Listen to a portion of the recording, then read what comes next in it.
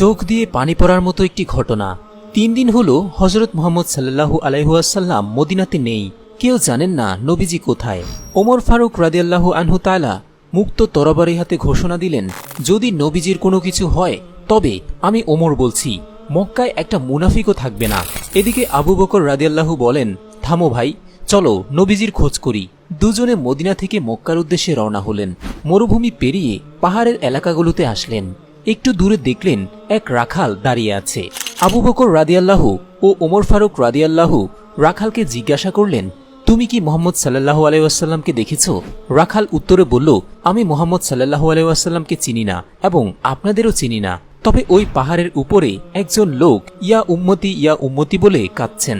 আবু বকর রাদিয়াল্লাহু ও ওমর ফারুক রাদিয়াল্লাহুর বুঝতে বাকি ছিল না ওই লোকটি আর কেউ নন, দয়াল নবীজি হযরত মুহাম্মদ সাল্লাল্লাহু আলাইহি ওয়াসাল্লাম। রাখাল আবারও বলে, লোকটির সাথে সাথে আমার সব উট ভেড়াগুলো কাঁদতে থাকে আর খাওয়া দাওয়াও বন্ধ করে দিয়েছে। আপনারা ওনাকে নিয়ে যান, তা না হলে আমার সব উট ভেড়াগুলো কাঁদতে কাঁদতে হয়তো মরেই যাবে। আবু বকর রাদিয়াল্লাহু ও ওমর ফারুক রাদিয়াল্লাহু পাহাড়ে গিয়ে দেখলেন দয়াল নবীজি সিজদারত অবস্থায় ইয়া উম্মতি বলে কাঁদছেন। নবীজির কষ্টে আবু বকর রাদিয়াল্লাহু বললেন, ইয়া রাসূলুল্লাহ, আমি আবু বকর ইসলাম গ্রহণ করার পর থেকে যত আমল করেছি সব আপনার উম্মতকে দিয়ে দিলাম, আপনি দয়া করে মাথা উঠান। নবীজি মাথা উঠায় না। এবার ওমর ফারুক রাদিয়াল্লাহু বললেন, ইয়া রাসূলুল্লাহ, আমি ওমর যে আপনার মাথা নিতে গিয়ে নিজের মাথা দিয়েছি, সে আপনার উম্মতের জন্য সব আমল দিয়ে দিলাম। নবীজি তাতেও মাথা উঠায় না। আবু বকর রাদিয়াল্লাহু বললেন, ওমর, কাজ হবে না। রাসূলুল্লাহকে একমাত্র ফাতিমা শান্ত করতে পারবেন। তারা দুইজনে মদিনার দিকে ছুটছেন।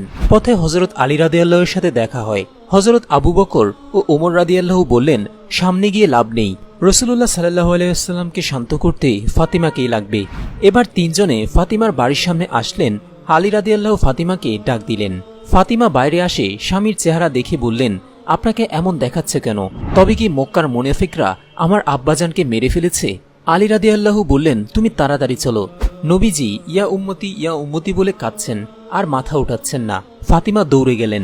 নবীজির কাছে গিয়ে বলছেন, আব্বাজান, আপনি সফরে যাবার আগে এবং সফর থেকে ফিরে এসে আমাকে দেখতে আমার সাথে কথা বলতেন, কিন্তু আজ 3 দিন হলো আপনার কোনো খোঁজ নেই। আপনি কি আমাকে ভুলে গেছেন? নবীজি তাও মাথা উঠায় না। ফাতিমা রাদিয়াল্লাহু বললেন, আব্বাজান, আমি আপনার ফাতিমা, সব নেকি আপনার উম্মতকে দিয়ে দিলাম। নবীজি মাথা উঠালেন না। নবীজির দুই পাশে হাসান হুসাইন দাঁড়িয়ে বলতেছেন, নানাজান ওঠেন, নানাজান ওঠেন। নবীজি মাথা উঠায় না। হঠাৎ ফাতিমা রাদিয়াল্লাহু বলে উঠলেন, আব্বাজান, আপনি উঠেন, আমি আপনার উম্মতির জন্য আমি হাসান এবং হুসাইনকে কুরবানি করে দিলাম। আল্লাহু আকবার, আল্লাহু আকবার, আল্লাহু আকবার। এবার নবীজি মাথা উঠালেন আর বললেন, ফাতিমা, তুমি কি দোয়া করলা? আমার আল্লাহ তো তোমার দোয়া কবুল করে ফেলেছেন।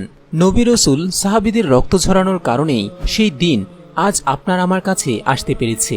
আসুন আল্লাহর হুকুমগুলো নবীর তরিকায় পালন করার চেষ্টা করি।